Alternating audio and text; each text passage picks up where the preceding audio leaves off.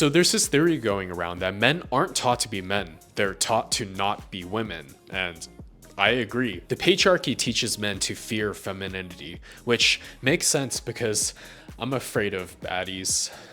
Welcome back to another episode of Being a Better Man, a series where we break down masculinity, internet culture, and getting cracked. You get $1 billion if you crack your homeboy. Today, we're talking about the performance of masculinity as compensation or liberation. Come get ready with me. Okay, first of all, I've said this in so many videos, but gender isn't something we are. It's something we perform, either towards who we want to be or away from who we're afraid of being. For many men, masculinity is measured in its distance from femininity. So for example, a short guy who's insecure about his height might buy a giant lifted truck because it's big and imposing and masculine. That would be an example of compensation. A guy who decides to wear a skirt to the office, despite the possible negative judgments from others, would be an example of performance for liberation. Both of them are performing masculinity, but for two completely different reasons. In my previous video, I talked about how masculinity is shaped by fear, and so I think it's important that we combine these ideas together. Performance as liberation is achieved when you overcome that fear,